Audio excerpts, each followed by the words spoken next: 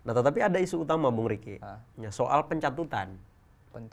Pencatutan. Jadi fenomenanya kayak gini. Dimulai dari proses pencatutan yang terdeteksi di Sipol, anggota KPU, anggota KPUD itu dicatut oleh parpol-parpol yang kurang integritas atau parpol-parpol dalam tanda kutip parpol-parpol nakal ya, mencatut penyelenggara menjadi kader parpol. Nah, begitupun insiden serupa terjadi di teman-teman Bawaslu, itu 275 anggota Bawaslu yang kemudian dicatut juga. Pemirsa setia Gema Pos, pemilu sudah di depan mata. Pelaksananya pun sudah dalam proses. Tapi masih banyak hal-hal yang perlu dievaluasi dalam penyelenggaraan pemilu kita.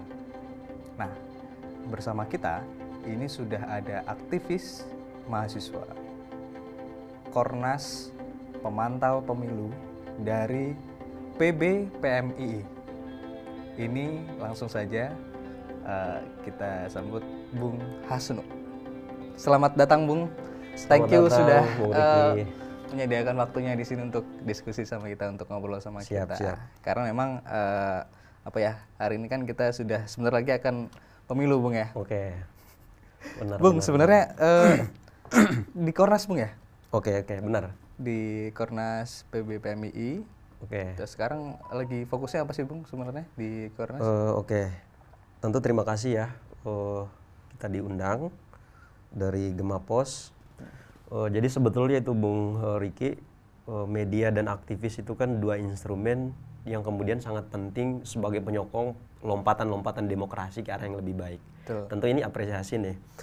Nah, hari ini situasinya kalau Hasdu pribadi, saya di struktural Badan Pengurus Harian, pengurus besar PBPMII, di Wakil Sekretaris Jenderal Bidang Politik Hukum dan HAM. Kemudian hari ini diamanahkan, diperintahkan oleh pimpinan sebagai Koordinator Nasional Pemantau Pemilu. Pemantau Pemilu.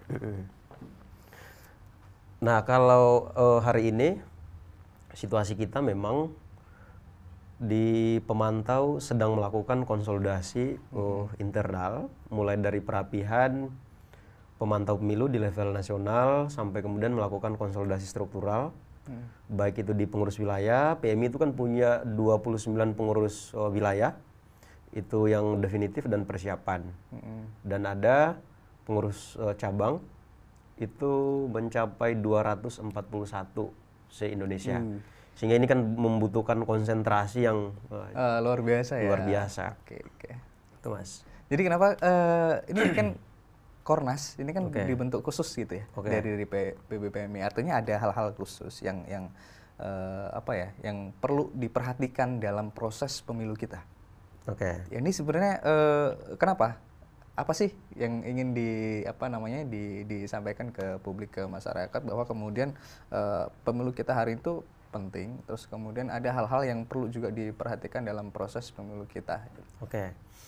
Nah, tentu sebetulnya kesadaran ini sebenarnya adalah PMI itu biasanya setiap momentum politik dia selalu mendaftar atau bekerja sama dengan penyelenggara. Dalam hal ini Bawaslu dan KPU.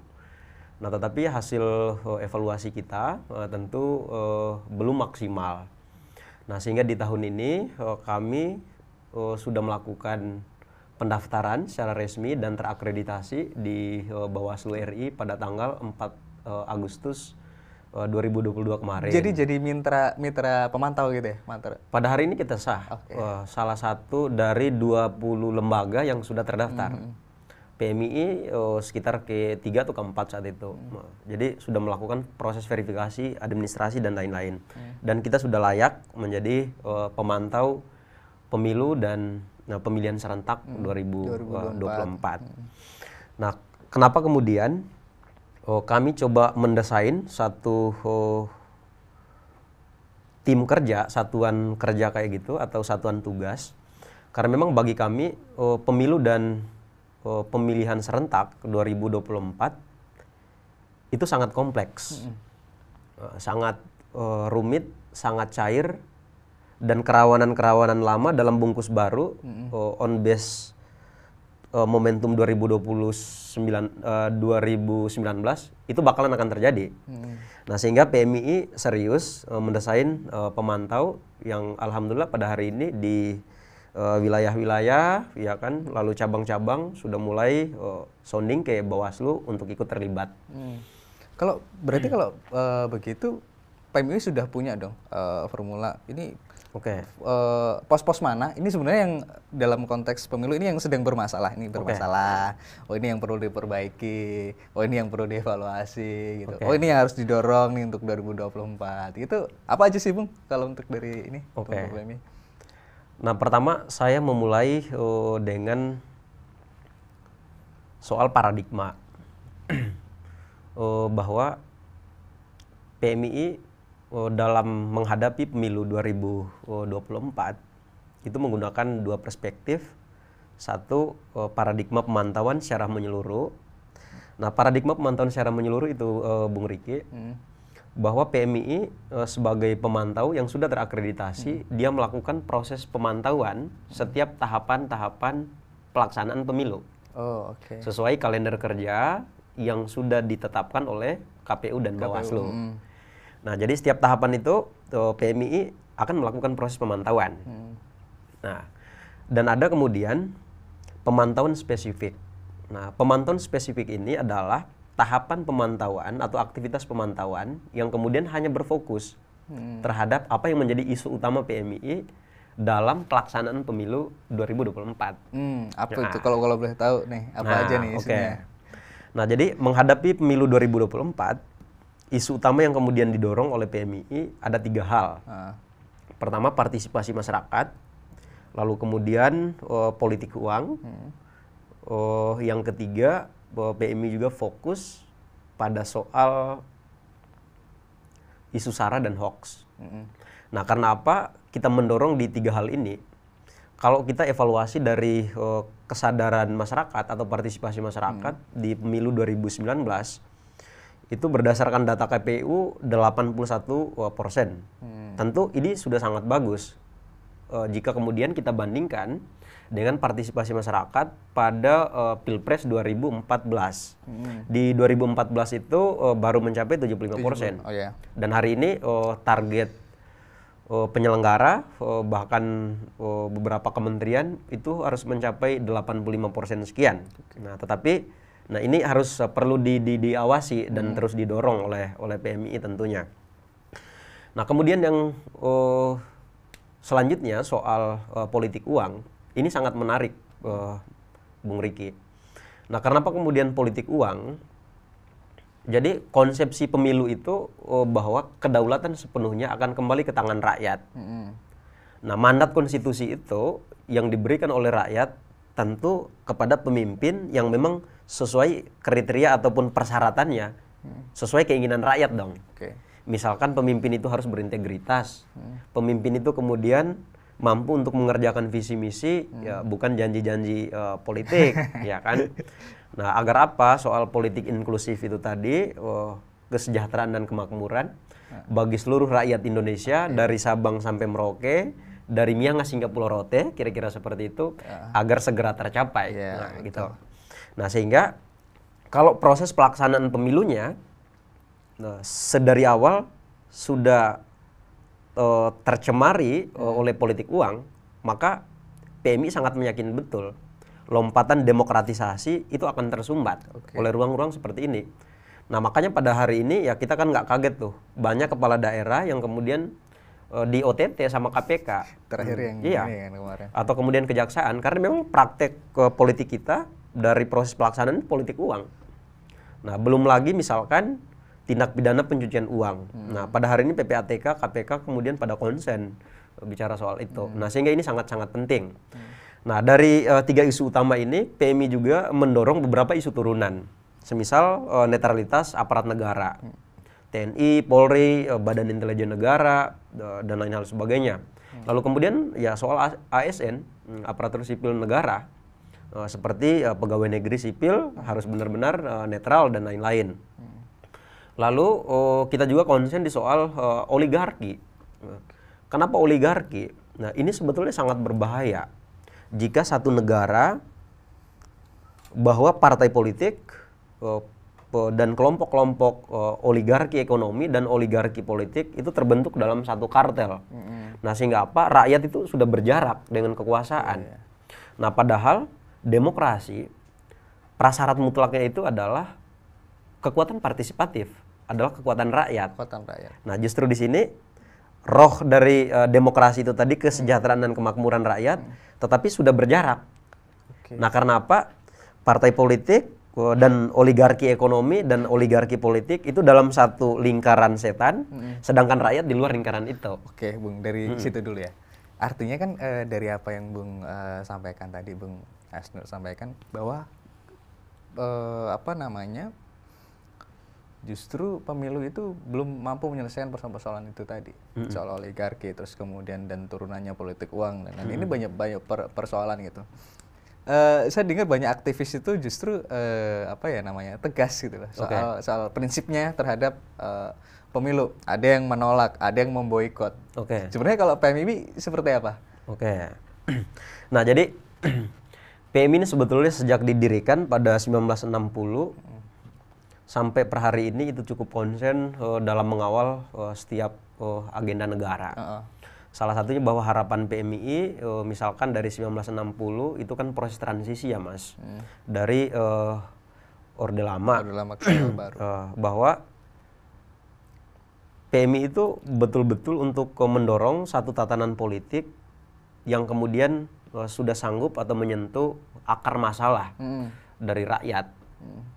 Nah, sehingga termasuk gerakan 1998 soal reformasi itu sebetulnya adalah untuk mereform seluruh agenda-agenda demokrasi yang benar-benar yang menyasar terhadap kebutuhan rakyat. Jadi situasinya kalau PMII tentu mendorong proses ini agar pelaksanaan pemilu kita bukan hanya sekedar hajatan seremonial belaka, kegiatan rutinitas, atau kegiatan-kegiatan formalistik, atau prosedur, tetapi proses pelaksanaan pemilu itu sudah menyentuh hal-hal yang lebih bersifat substantif. Nah, kalau PMII kita tidak menggerakkan atau mengkampanyekan untuk harus golput, nggak menentukan pemimpin, justru dengan PMII mendaftarkan diri sebagai pemantau pemilu untuk 2024, wujud nyata dari kehadiran PMII untuk mendorong proses demokrasi ke proses demokratisasi yang lebih substansi. Artinya PMII masih menganggap bahwa pemilu itu konsekuensi kan dari demokrasi kan gitu, konsekuensi dari demokrasi. Dan hari ini memang proses untuk pergantian seorang pemimpin memang harus dengan pola yang seperti itu kan. Tinggal bagaimana mengawasi kan gitu. Tinggal bagaimana prosesnya. Nah, ini yang perlu diperbaiki kan begitu. Kalau berkaca pada itu, Bung, maksudnya kan 2019 kemarin serentak juga. Kalau 2020 kan pilkada kan yang serentak. Kalau 2019 kan pilpres. Itu kan masih banyak persoalan gitu yang perlu dievaluasi dan perlu juga menjadi perhatian khusus, termasuk yang nggak pernah selesai, Bung, soal data, soal DPT. Kalau PMI mandangnya gimana? Untuk kepentingan 2024 ya? Maksudnya apa sih yang sudah dilakukan PMI terkait dengan persoalan-persoalan yang sudah ada dalam pemilu 2019, pemilihan umum 2019, yang seharusnya bisa diselesaikan ini sehingga tidak terjadi lagi di pemilu 2024, termasuk data ataupun tadi soal politik uang. Itu apa sih yang sudah dilakukan oleh teman-teman? Nah, kalau PMI sendiri makanya dari proses penggalian perspektif lalu turunnya ke soal isu utama dan isu turunan itu kemudian menjadi ruang kita untuk merumuskan alat kerja. Nah, apa alat kerja yang kemudian didorong oleh PMII? Nah, sebelum kita menggambarkan bagaimana sih alat kerja untuk melakukan proses pemantauan pada tahapan itu, tentu kita harus tahu dulu nih pijakan dari proses perumusan alat kerja itu di mana. Maka yang jelas proses perumusan alat kerja dia harus berpijak di Undang-Undang Pemilu yang 7 2017, lalu kemudian PKPU setiap tahapan. lalu Juknis, surat edaran, dan panduan-panduan penting dari KPU. Lalu kemudian ada juga Perbawaslu, peraturan Bawaslu, surat edaran Bawaslu, Juknis dan panduan-panduan penting lainnya. Nah, proses perumusan alat kerja harus merujuk ke situ, Mas. Nah, sehingga apa? Kalau soal DPT itu tadi, ini kan sebetulnya persoalan klasik yang sampai per hari ini saya pikir penting sekali untuk kita dorong secara bersama, terutama penyelenggara, dalam hal ini KPU, agar proses DPT benar-benar clear nih. Jangan sampai ini yang menjadi cikal bakal konflik horizontal setelah proses pemungutan suara, karena memang dari DPT ini nggak clear, banyak tuh gugatan dan lain-lain. Iya, betul. Nah, sehingga ini kan satu hal yang betul-betul butuh desain serius, dalam hal ini adalah KPU. Kalau kita tentu mendorong agar penataan DPT benar-benar terarah. Jadi apa ya istilahnya dalam poin-poin tadi seperti yang di Bung sampaikan, ada banyak nih. Misal kita bicara soal politik uang atau kemudian ada beberapa lagi persoalan pemilu yang harus dievaluasi. Saya lihat juga teman-teman PMI kemarin bertemu dengan beberapa instansi yang juga menjadi salah satu menjadi pengawas ya dalam proses pemilu, kayak kepolisian, Kapolri, terus kemudian dari KPK juga yang terlibat, BPK. Itu apa yang disampaikan, Bang? Kalau kemarin kita ke KPU, kalau ke KPU salah satunya soal eks koruptor, agar kemudian di Praga, alat Praga itu diberikan notis khusus. Oh, jadi ada keterangan, oh ini mantan napi gitu. Ini mantan napi. Nah, itu. Makanya penting ini untuk seluruh rakyat Indonesia. Biar tahu kalau ini itu mantan napi gitu. Biar mantan napi. Itu coba kita dorong. Lalu kemudian ada satu isu juga PMI dorong di KPU, Bung. Itu soal agar menjadikan kampus sebagai ruang mendiskusikan ide ataupun visi misi dari calon pemimpin negeri. Oh, berarti kemarin soal isu terkait kampanye di kampus itu dukung? Kami mendorong soal itu. Tetapi tentu ada protapnya. Kalau misalkan ini masih bertentangan dengan undang-undang, maka ya dibuat aja peraturan turunannya. Tentu yang tidak terlalu bertentangan sama undang-undang di atasnya. Saya pikir karena pemilih rasional itu adanya di kampus, maka kita mendorong agar kampus dapat jadikan sebagai mimbar untuk mendialogkan visi dan misi para pemimpin republik ini. Kalau itu yang di KPU. Nah, kalau yang di KPK kita fokus ke dana kampanye, sumber keuangan parpol, serta tindak pidana pencucian uang. Karena jatuhnya ini politik uang tuh dari situ, Mas. Sehingga menjadi atensi kita. Nah, itu. Terus apa ya istilahnya? Teman-teman ini kan udah berapa daerah sih, Bung, yang daftarin jadi pemantau kalau di PMI? Pada hari ini yang sudah terdaftar itu ada 5 korcap, 5 pengurus wilayah, sedangkan sebagian itu sedang melakukan konsultasi karena ada beberapa persyaratan yang kemudian harus dipenuhi juga oleh teman-teman di daerah. Ya paling tidak ada 5 atau 6 persyaratan. Tidak serumit pemantau nasionalnya, karena nasional kan terlalu banyak tuh, Bung. Proses administrasi yang harus dipenuhi oleh PMI. Jadi nggak include gitu ya, maksudnya PMI kan atau teman-teman yang sudah bergabung dalam pemantau ini kan berdasarkan dari KPU, dapat lisens dari KPU sebagai pemantau, jadi nggak include daerah masih harus masih harus mendaftarkan diri gitu ya. Nah, daerah jadi cabang. Di laporan teman-teman itu, karena memang situasi pada saat sekitar bulan kemarin kami melakukan rapat koordinasi Bawaslu RI dan seluruh pemantau yang sudah terdaftar. Jadi memang kami menyampaikan itu, nah, bahwa kalau organisasi mahasiswa biasanya dia kan terintegrasi tuh, punya struktural sampai ke cabang, kabupaten kota gitu. Kalau PMI itu kan sampai di jurusan dan fakultas, Mas. Wih, ya kan, jurusan fakultas, komisariat, lalu cabang, pengurus wilayah, baru PBPMI, ya kan. Nah, itu harus terintegrasi. Misalkan kalau administrasinya PBPMI sudah selesai, mestinya ke bawah tuh kan tinggal sounding aja gitu. Nah, tetapi ada beberapa cabang yang daftar itu langsung ya terakreditasi karena memang ada notis khusus dari kita. Ada konsolidasi internal, kita tinggal laporkan aja. Nah, tetapi ada juga penyelenggara di daerah Bawaslu ini, ya teman-teman harus mendaftar ulang. Makanya situasinya seperti itu. Kalau cabang itu sudah mencapai 50-an cabang yang sudah mendaftar. Dari total cabang PMI se-Indonesia 241 cabang.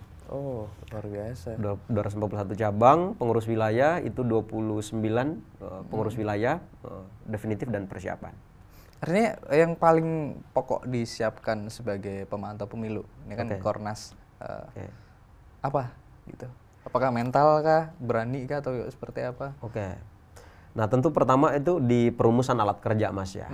Dengan perumusan alat kerja, ini kan penting. Di perumusan alat kerja seperti yang saya gambarkan di awal, mulai dari penggalian perspektif, kita memantau soal apa sih? Nah, lalu penetapan penentuan isu utama, lalu perumusan alat kerja.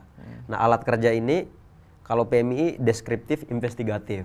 Jadi kita nggak mantau-mantau yang ada di permukaan, tetapi coba kita tuh menerobos atau membongkar ada apa sih? Ya kan di balik itu. Nah, kira-kira gitu. Jadi metodenya perumusan alat kerja yang bersifat deskriptif investigatif. Nah, ini kan ada kalau dalam pemilu itu kan pasti ada 3 komponen. Komponen dalam pemilu, ada peserta, ada penyelenggara, dan ada kemudian partisipatif dari masyarakat sebagai pemantau kan gitu. Dari 3 ini kan yang satu jelas ini politisi semua kan gitu sebagai peserta. Yang kedua adalah ini pasti penyelenggara pemilu ya, KPU, Bawaslu, dan beberapa lembaga yang dipercayakan sebagai pelaksana. Yang ketiga adalah soal kita sebagai salah satunya kan sebagai pemantau pemilu. Ada dua dua kelompok ini yang tidak bisa kita campuri karena prosesnya ini kan punya ininya sendiri, punya langgamnya sendiri kan begitu. Kalau menurut Bung selama ini dan juga sebagai pemantau pemilu nih sekarang, dalam untuk peserta dan penyelenggara yang dalam tanda kutip punya hubungan tertentu, pasti kan dalam pemilu ada kan hubungan tertentu antara penyelenggara dan peserta. Hubungan kita bisa bilang hubungan gelap lah. Kalau menurut Bung seperti apa kondisi itu? Karena saya yakin pasti ada begitu loh hubungan gelap, dan beberapa kasus antara KPU atau penyelenggara lah ya istilahnya, jangan yang gelap KPU dan peserta itu kong. Kong kali kong. Makanya memang bahwa pemilu, kalau kita ngomongin soal pemilu, ada 3 komponen itu. Penyelenggara, peserta, lalu kemudian penyelenggara, dan ada pemilih. Ya kan, pemilih ya kita, rakyat. Nah, tetapi ruang ini dia akan bisa berjalan ideal sesuai amanat konstitusi jika kemudian ada pengawas, ya kan, atau ada pemantau. Nah, karena memang situasinya, makanya di isu turunan PMI tadi kita juga itu memantau soal netralitas. TNI, Polri, Badan Intelijen Negara, sampai kemudian netralitas penyelenggara. Bahwa penyelenggara itu benar-benar dia murni bekerja dalam setiap tahapan pemilu menjunjung tinggi undang-undang pemilu. Dia harus berintegritas, transparan, tanpa kemudian harus ada KKNK. Korupsi, kolusi, nepotisme, dan koncoisme. Kira-kira kayak gitu. Teman-teman kita ya kan, kita kenal kan. Nggak bisa. Dia benar-benar ya harus berdiri sebagai lembaga negara yang memang bertugas untuk mengurusi seluruh administratif agar desain pemilu kita dalam setiap tahapan itu benar-benar berjalan secara bagus. Nah, di ruang ini sangat penting.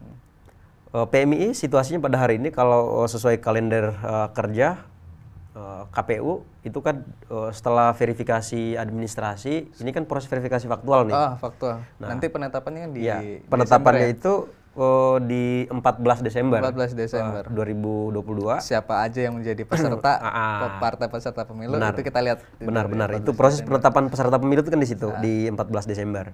Nah, tetapi ada isu utama Bung Riki. Ya, soal pencatutan. Pencatutan. Jadi fenomenanya kayak gini. Dimulai dari proses pencatutan yang terdeteksi di Sipol, anggota KPU. Anggota KPUD itu dicatut oleh parpol-parpol yang kurang integritas atau parpol-parpol dalam tanda kutip parpol-parpol nakal ya. Mencatut penyelenggara menjadi kader parpol. Nah, begitupun insiden serupa terjadi di teman-teman Bawaslu, itu 275 anggota Bawaslu yang kemudian dicatut juga oleh partai politik yang tidak bertanggung jawab. Yang tidak bertanggung jawab oleh kader-kader parpol. Nah, tetapi menariknya sehingga kami sebagai pemantau ruang kreativitasnya harus tetap muncul nih. Nah, kita di internal melakukan himbauan kepada anggota dan kader, lalu kemudian menghimbau juga masyarakat secara umum yang memang belum terdaftar sebagai partai politik. Dan beberapa kader kita itu dicatut oleh beberapa parpol. Padahal dia dia tidak memiliki kesadaran untuk berpartai politik dan ya tidak kan? Tidak pernah mendaftar, ya kan, nggak pernah ber-KTA, tetapi ini dicatut. Nah, sehingga apa? Makanya proses ini sebetulnya kami juga sedang berjalan. Itu data kita belum sementara proses ini perampungan. Tetapi sudah ada, kita sudah mengantongi beberapa parpol yang melakukan proses pencatutan. Nah, bagaimana ruang penyelesaiannya? Maka di sini kami nanti ya tentu akan melaporkan hal itu ke Bawaslu RI. Kalau dorongannya ke Bawaslu, ini jatuhnya kan sanksi administratif. Nah, kalau misalkan kesadaran orang yang dicatut itu tadi merasa dirugikan, atau bahkan dia sudah nggak bisa untuk ngurus apapun itu, tentu ini kan rugi nih. Nah, maka bisa juga kita dorong ke kepolisian. Pidana ya. Itu tindak pidana umum itu. Jatuhnya ke situ. Bung, kalau ngomongin soal pemilu ini nggak akan ada habisnya. Dari masalah, dari harapan semua banyak sekali. Nah, saya pengen ini, Bung, coba sampaikan harapan yang paling, bukan harapan ya, tapi istilahnya cita-cita yang ingin dicapai gitu loh dari sebuah pemilu, atau hal-hal yang paling penting yang ingin disampaikan kepada masyarakat, kepada kader maupun siapapun di luaran sana terkait pemilu. Nah, ini sampaikan. Nah, tentu situasi pemilu 2024 dan pilkada serentak 2024 ini adalah satu momentum, satu fenomena yang dimana proses pelaksanaan pemilu yang sangat kompleks, sangat rumit, dan punya pesan-pesan strategis. Nah, kenapa kemudian ini sangat penting agar masyarakat sipil, termasuk di dalamnya ada PMII, agar benar-benar melakukan proses pengawalan terhadap pelaksanaan pemilu dan pemilihan serentak 2024, karena ini akan mengantarkan nasib bangsa Indonesia ke arah yang lebih baik dari situasi dan kondisi pada hari ini. Bahwa ingat, kualitas demokrasi nasional itu ditentukan oleh sejauh mana kualitas demokrasi lokal itu bekerja. Nah, jadi demokrasi nasional itu akan bekerja secara maksimal. Maka dari itu, mengingat sangat kompleks, sangat rumit, sangat cair, dan beberapa isu-isu lama seperti politik uang, SARA, dan lain-lain itu masih akan muncul, serta politik identitas, ya kan, polarisasi itu masih muncul di 2024. Maka dari itu, ruang ini untuk menjaga kewarasan demokrasi, pentingnya masyarakat-masyarakat sipil yang benar-benar sebagai kompas ataupun navigasi dari arah bangsa ke arah yang lebih baik. Saya pikir seperti itu. Oke, luar biasa sekali. Tadi apa kesadaran demokrasi, kewarasan demokrasi, luar biasa sekali. Terima kasih, Bung, ya. Kapan-kapan kita diskusi lagi. Mungkin masih banyak yang butuh kita bahas kan, kita diskusikan. Ya, pemirsa setia Gema Pos, tadi diskusi kita dengan Bung Hasnu. Kalau ada yang komen yang ingin ditanyakan, silahkan di komen di kolom dalam YouTube kami di Gema Pos. Terima kasih Bung, terima kasih, sampai jumpa.